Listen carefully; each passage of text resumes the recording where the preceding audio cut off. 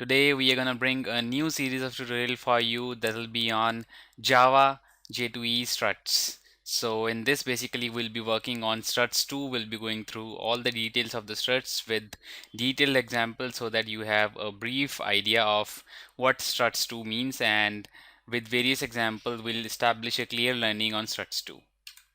So starting with struts 2. So what is struts 2?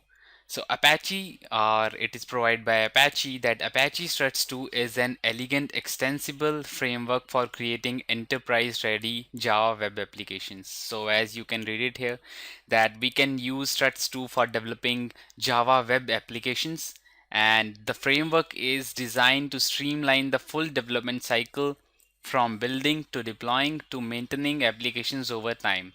So we can develop the application, we can build the application, and we can deploy the application, and we can maintain this application. And Apache Struts 2 was originally known as WebWork 2. So its original name was WebWork 2, but then it was changed to Struts 2. So first of all, we'll be going through a basic MVC architecture, and this tutorial also has some prerequisites that you should have a basic knowledge of Java, and if you have some knowledge on MVC architecture or GSPs or servlets, that will really help, and this will really make things smoother for you if you want to learn struts 2 after working on servlets and GSPs. But don't worry if you don't know all these details. We'll be discussing these details in our tutorial also, and I'll be explaining the whole MVC architecture first of all here.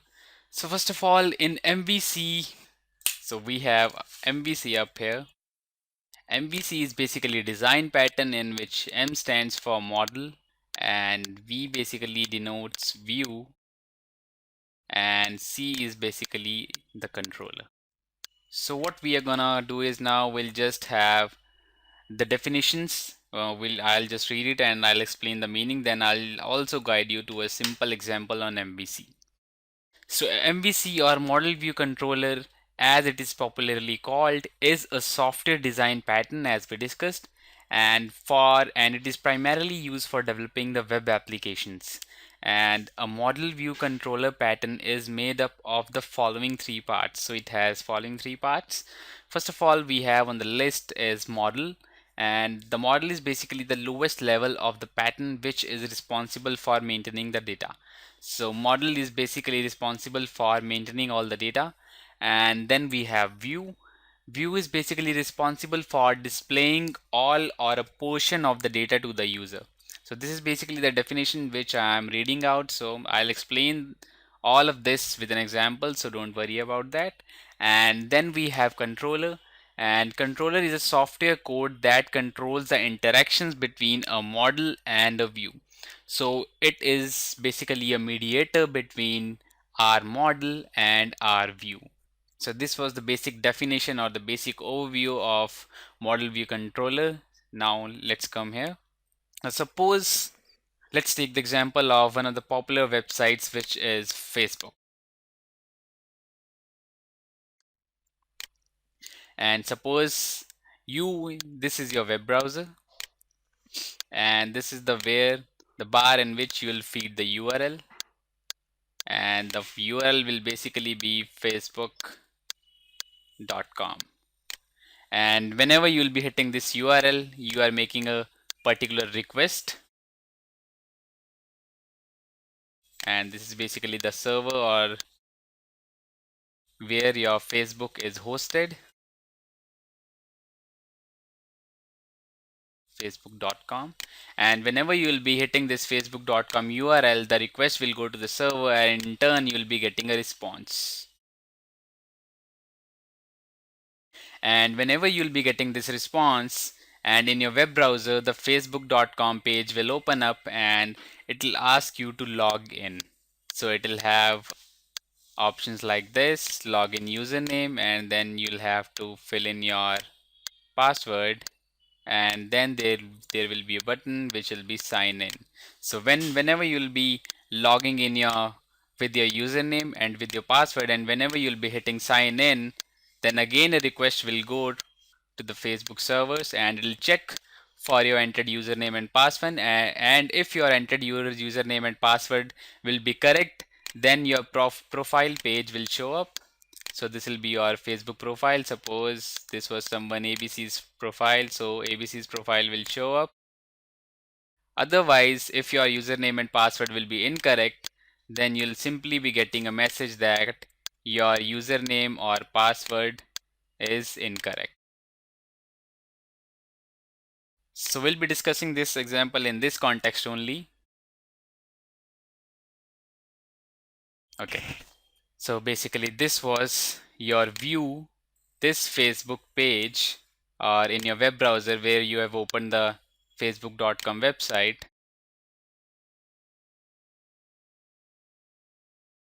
So in which you have this username as first field,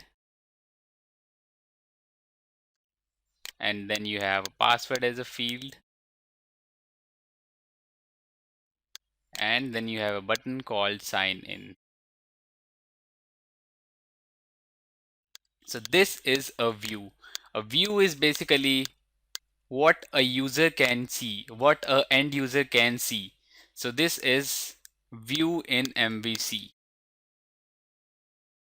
So views can be represented by various languages, like you can write the view in simple JSP, or you can use a simple plain HTML, and there are many other ways. So this is a basically view. A view can be seen by the end user. So this is a view in which you can see the various elements. So this was simpler. So this was the view. And then we also have model and controller. And talking about servlets, in servlets the controller basically, the role of controller is placed, or these are servlets. So in servlet application, servlet basically acts as controller. So when I told you earlier that whenever you will be just typing in your username and you will be typing in your password, then a request goes to the server for validating your username and password. And this is a kind of form. Whenever you'll be entering your username and password and you'll hit the sign in button, a request containing these parameters, request has your username as a parameter and password as a parameter.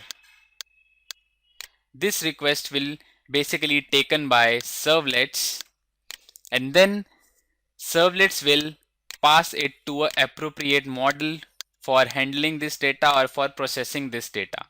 And suppose you have one class which is login validator .java, and this is your servlet which will be login servlet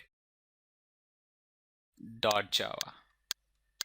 So whenever, suppose this is a JSP page, whenever you will be entering your username and password and you will hit the sign in button, first of all request will go to this servlet, and servlet will in turn pass this to a model which is login validator.java, and this login validator.java will basically interact with the database. So this will be our database, and in database it will check if the combination which is entered by you exists or not, and if that combination is correct, it will return something. Suppose it will return a boolean true if it matches this combination and this combination is correct of username and password. And if it returns true, servlet will load an appropriate page. If the result is true, it will load your profile page with the username which you entered here. And if this will be incorrect, then servlet will be redirecting to you an error page. That error page, or it will just give out or throws error message that your username and password is incorrect. So this is basically a MVC flow. So first of all, you entered your username and password from JSP, and this JSP is a view. And after this, whenever you'll hit the submit button or login button, the request will go to a servlet,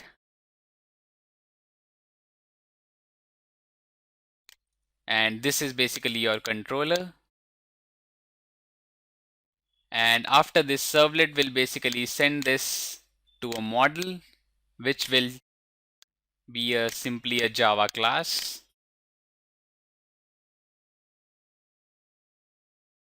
And this model will again interact, suppose, with the database. And this is basically the request flow. And after that, if that username and password will be correct, then it will generate that response and it will return true. Suppose it is returning true or 1, whatever you have decided. If it returns true, the servlet will just in response will load your profile page with the username. So suppose this is your profile page, and if that username and password will be incorrect, then this will generate a different response which will be an error page saying that your username or password is incorrect.